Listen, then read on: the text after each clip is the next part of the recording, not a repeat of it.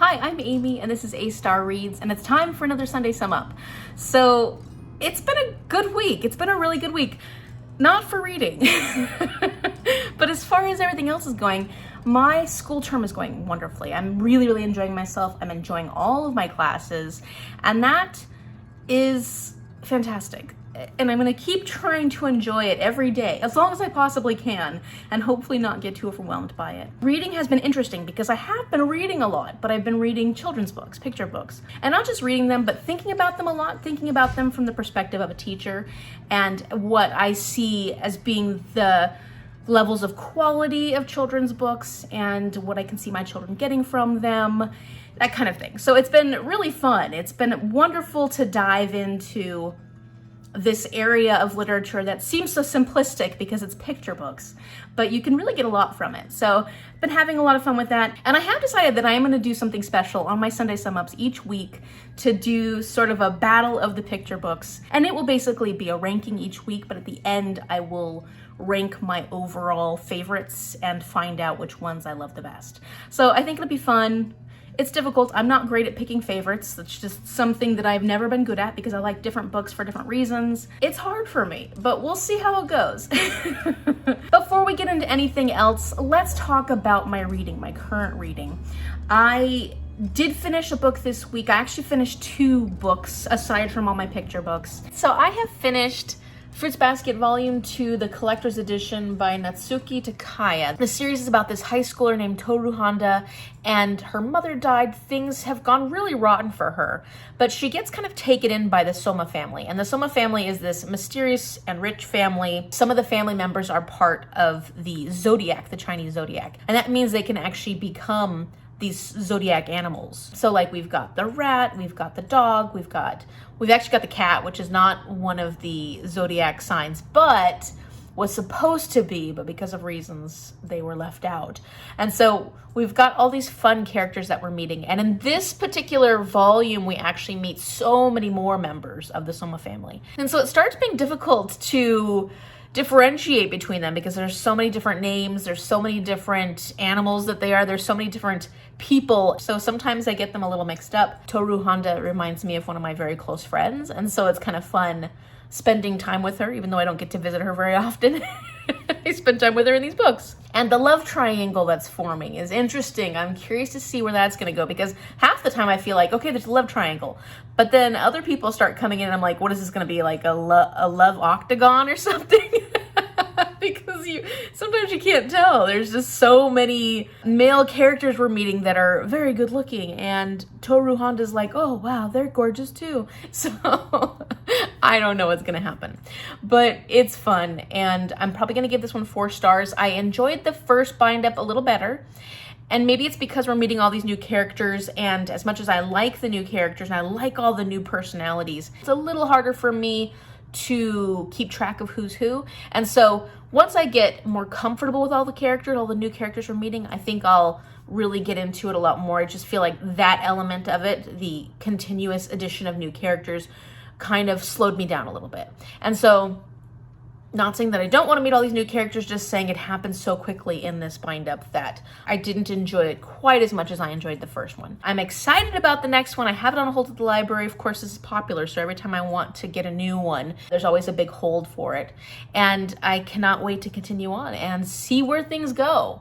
See what happens with these zodiac characters and Toru and her experience with them. And then quickly I want to tell you about a middle grade graphic novel book that I read. It's the first in the series. It's called Binky the Space Cat, and it's by Ashley Spires.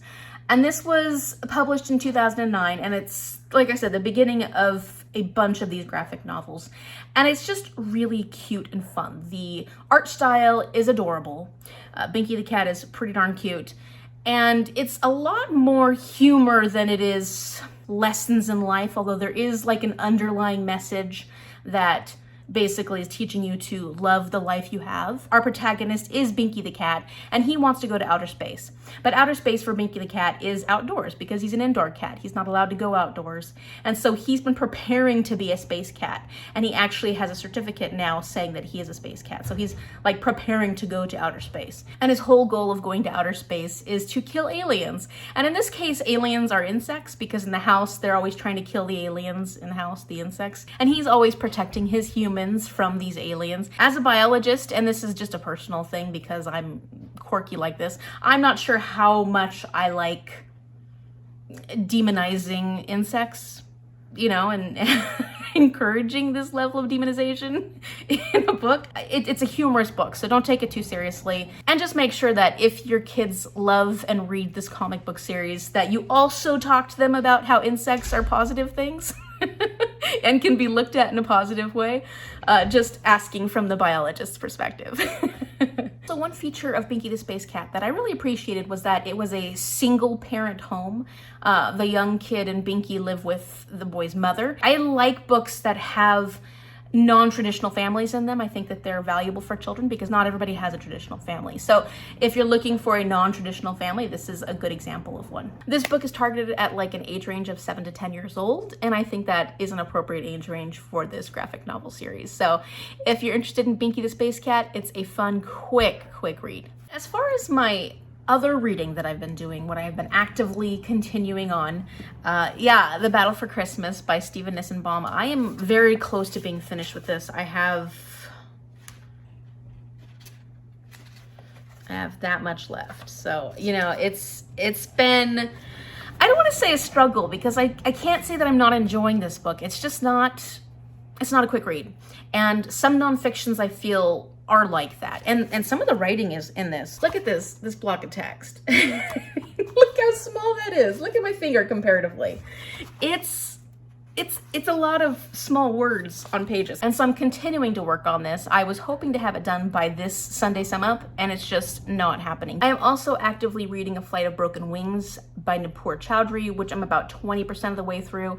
That one I do pick up right before bed, so it has not been getting a lot of attention except for a few pages a night. So it's slow going, especially the way I'm reading it. I'm not drawn into the story yet. I mean, it's interesting and what's going on is interesting, but I don't feel any warmth towards the story at this point, meaning like a connection. So I don't know if that's because I'm only reading such a little amount each night or if it's just taking me time to get into it. And that could be the case because I'm only 20% of the way through that one. So I'm going to continue reading that one, and hopefully once I get this one finished, I can focus a little more on that. The other day, I was really having a hard time wanting to read anything, and so I picked up Rich People Problems by Kwan, and I read just a little bit of that. I just needed something different from what I have been reading, and this was fun to pick up. So I've only read like 30 some odd pages of that, so I can't really say I've made much of a dent in this, but I am starting this one. And then Mom has officially finished Mad Ship,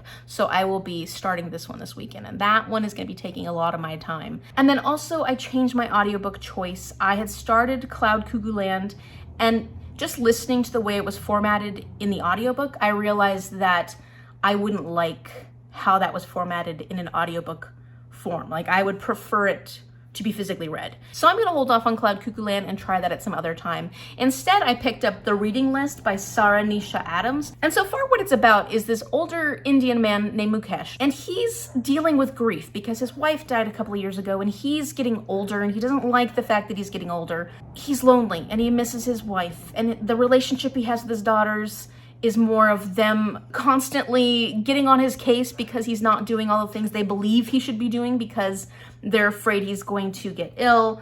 You know, I think that they have their own fears as daughters because their mother died. And that, of course, is scary on its own.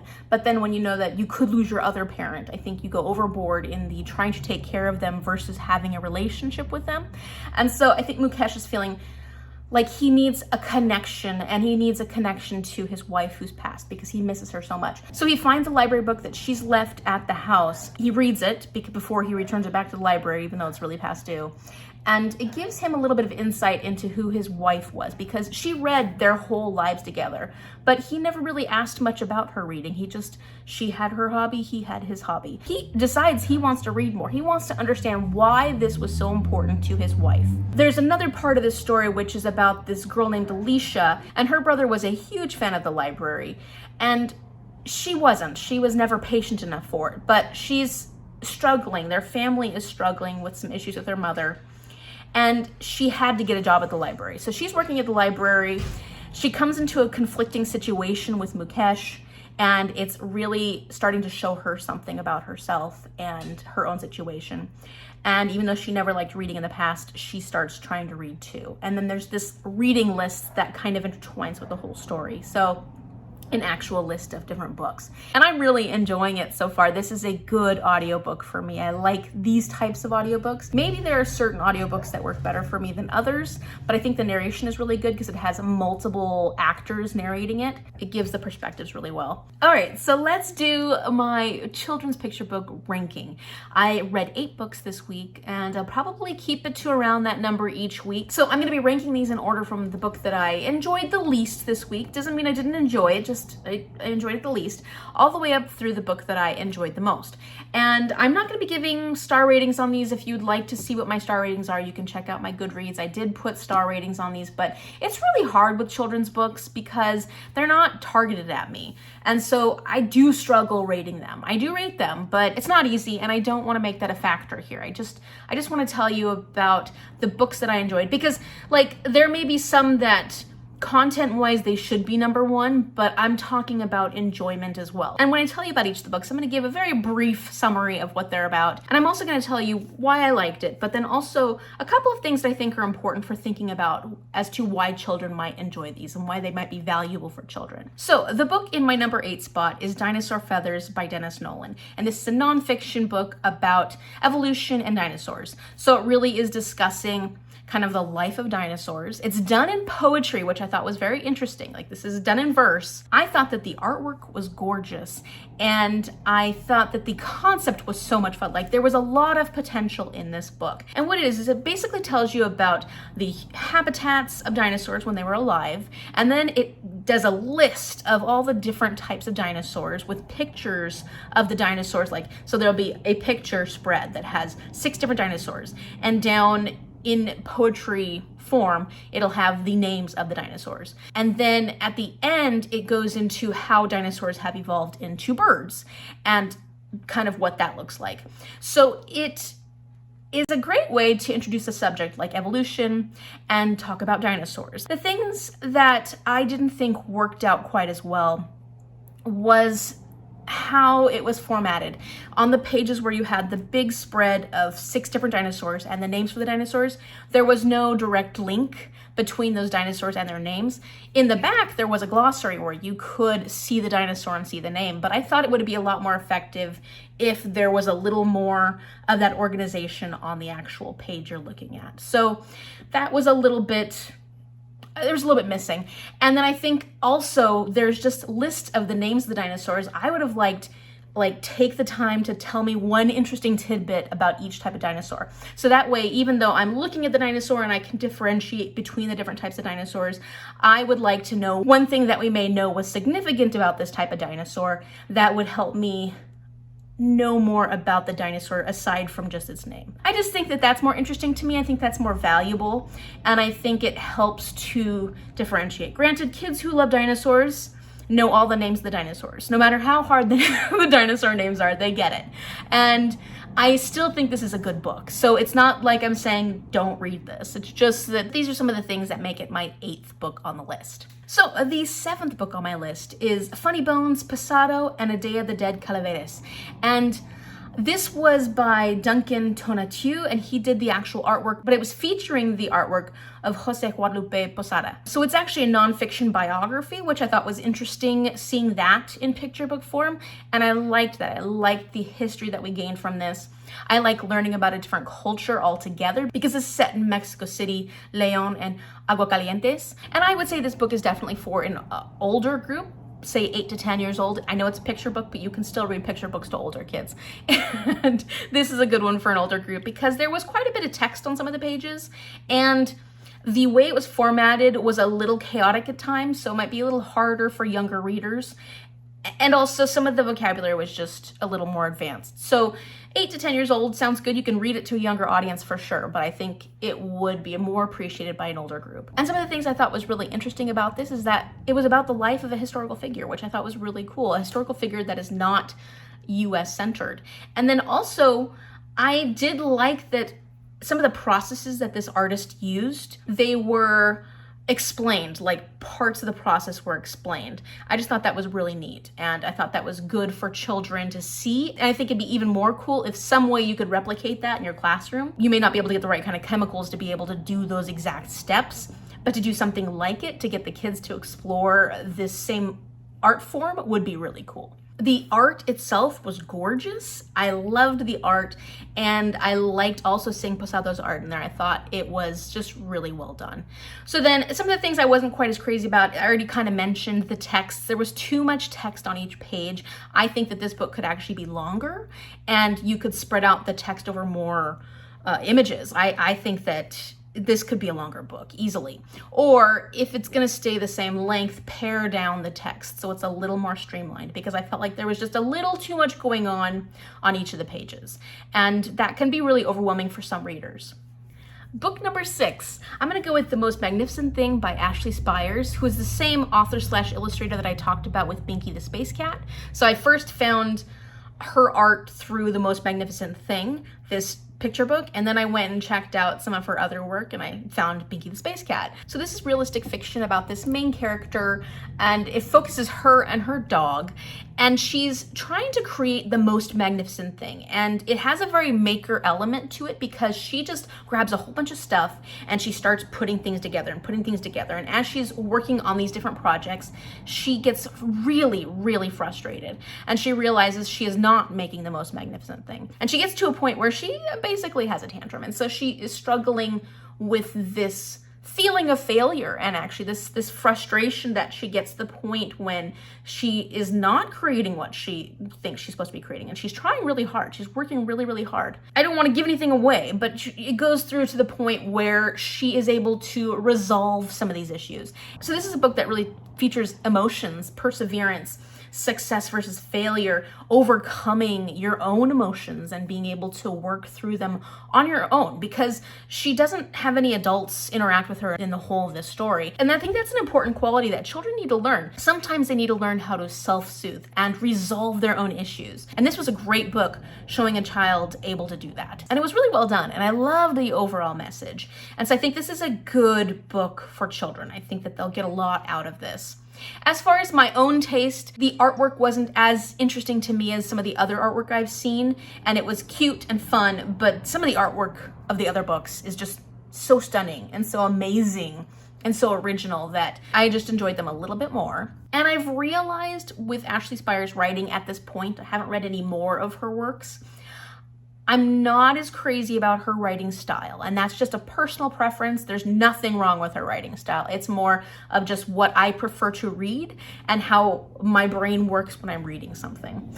And that really is just a preference. Everybody has their own preferences for writing styles. So I'm just realizing after reading a couple of her books now that she just may not have the writing style that I prefer. Coming in at number 5 is Cora Cook's Pancit by Dorina K. Lazo Gilmore, and the illustrator is Christy Valiant. And this one was published in 2014, another realistic fiction book.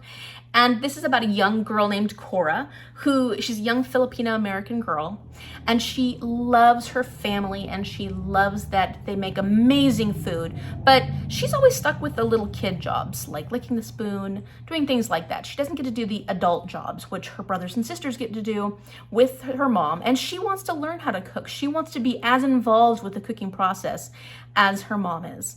So one day her siblings go off and do some stuff away from home, and her mother decides this is the day that she wants to teach Cora how to cook.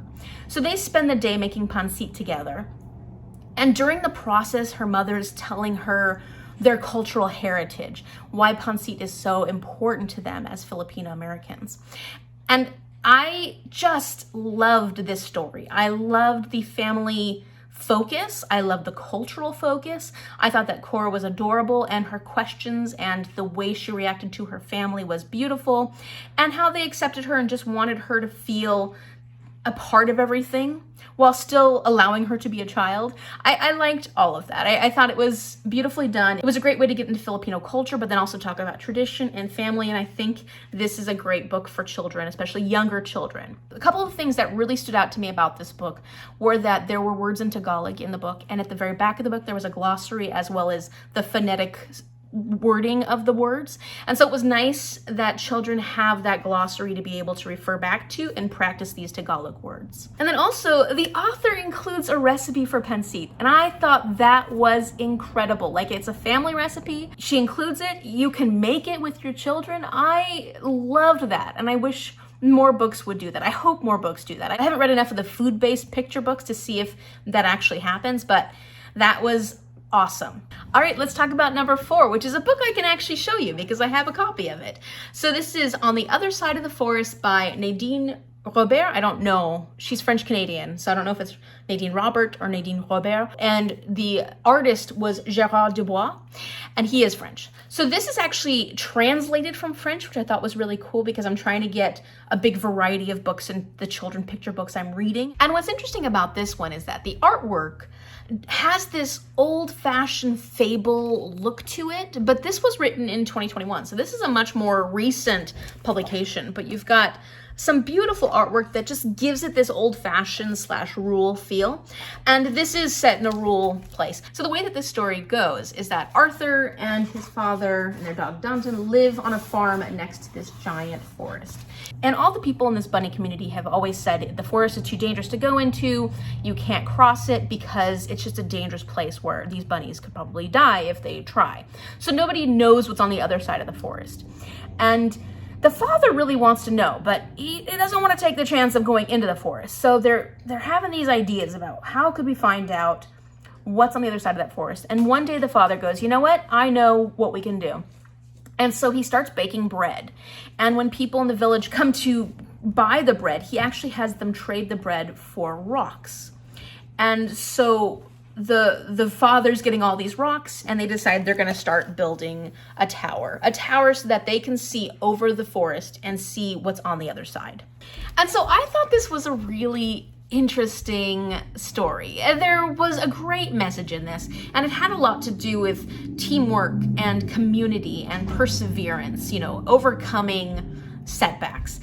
And I just really thought it was charming. I thought it was really charming. It felt like an old-fashioned fable, and it had a good message. So I did really enjoy this one, more than I expected to. There were some people in the reviews that were really upset with the way the ending was, and I didn't mind the ending. I actually guessed the ending way in advance, but I thought the ending was kind of funny and appropriate. Just know that this isn't as loved by all adults that read it. I don't know about kids, but I think this was a lot of fun. I think that it did have an important message, and I actually, as subdued as some of the artwork looks, I really thought the artwork was beautiful. All right, we're getting into our top 3, so let's talk about number 3. And I love this one. I would have rated this one even higher as far as enjoyment, but I did love the top 2 a lot, and I got so much out of the top 2. But this one, as far as making me smile and feel amazing, this would be number 1 for that. And that is Just Like Me by Vanessa Brantley-Newton. And this is actually a book of poetry. And it's a book about positivity, social justice, feminism, and just loving each other and expressing your feelings and being okay with that. I really liked some of the conversations she had about feelings in here, because some of these showed children who were not feeling that great, but just sitting in that feeling and having it is very positive. And I just liked so many of the messages that Vanessa got across in this. And I thought that the artwork was absolutely stunning. I loved the artwork, colorful and bright and textured. Like, the artwork seemed very, like, there's little pieces of newspaper and stuff here. I was really, really impressed by the art, but then also how positive the messages were in this. It's important to talk about feelings, especially the negative feelings and some of the things that children have a difficult time expressing. But I also think it's important to just celebrate moments where you feel amazing about yourself. And this book does that. Teaches kids to celebrate those moments where they feel absolutely amazing about who they are as individuals. And I loved that. Book number 2, we're getting down there, It's a very important book, and I really just thought it was so beautifully done. And this is Unspeakable, the Tulsa Race Massacre by Carole Boston Weatherford and the artist Floyd Cooper. And this is a race/history nonfiction. This is about the Tulsa Race Massacre that happened in, what was it, 1920? I should know because I read this book, right? It happened in 1921. I can't tell you how impressed I was by this book because it relayed history in a way that didn't sugarcoat anything. It was very blunt and honest, but it also was not so traumatizing that a young audience would feel a level of hopelessness that would be scary for them. And I think this is an amazing example of why it's so important to talk about parts of history in the US that we're not proud of, that were really ugly. They're really ugly parts of history, but they're the reality of our history. And if we deny them, then we deny all the things that have shaped our country in different ways. They've shaped our country in different ways. I thought that the artwork was beautiful. What was really neat about the artwork was that it did give you that 1920s vibe. So it did take you back to that time. So I thought that that was really appropriate. I thought that the author did a great job. In the back of the book, it gives a history of both the author and the artist and how this has touched their life, why it was important for them to tell this story. So I really liked this a lot, and I think that this is a very important form of history that we can incorporate with younger students into our schools. And finally, drumroll! Book number 1, my favorite book that I read this week. It's also well loved, so it's not surprising. This was on the Goodreads Choice Awards for this year, and that is Eyes That Kiss in the Corners by Joanna Ho, author by Duncan. This book, honestly, the artwork alone, you could have just given me this book with all the artwork. I would have been so impressed because the artwork was stunning. It was absolutely stunning. And I loved the way this talked about culture and how our physical features can express who we are and where we come from. The message was so positive. You know, we read a lot of books about kids who are being made fun of because of the way they look, and there's a time and place for those discussions, and those discussions are important, especially when talking about racism. But I do like when there is a book that can just celebrate. It can just celebrate physical features. You know, this girl is celebrating her eyes that kiss in the corners. Every single page is just a positive, inspirational way of looking at how she looks at herself. There's not once that she ever goes, well, I wish that I had this, or I wish that I had that. Every moment of this is celebratory. And just the way that everything is described, like the actual descriptions, Mama's eyes that kiss in the corners and glow like warm tea, crinkle into crescent moons. And the actual describers, like the warm tea, the crescent moons, they are used in a way that portrays more about the culture, which I think is fascinating. The descriptive nature is so informative in its own right, like brilliant. I can't tell you how much, like, I read this twice because the first time I read it, it was really good. But I think reading it more and more, I got more and more out of it. And I was more and more impressed with what the author did. So highly recommend Eyes That Kiss in the Corners. I think this is a great book. A great book. And I hope you share it with your children. All right, so as you see, my number 1 book is Eyes That Kiss in the Corners for this week. I'm very happy with that choice. And at the end of this series that I will be including in each of my Sunday sum ups, I will take my top 1 for each week and I will compare those and rank them and see what my favorite book of the whole process of reading through these picture books is. So I hope you enjoyed that. Let me know in the comment section down below if you've read any of these, if you've loved them. So I know that I said I was gonna get to my 2022 goals this week, but I really have not had time to think about that too much this week. And so I want to be able to sit down, take the time to really think about that before telling you what they are. We're gonna hold off on that for another week. Sorry.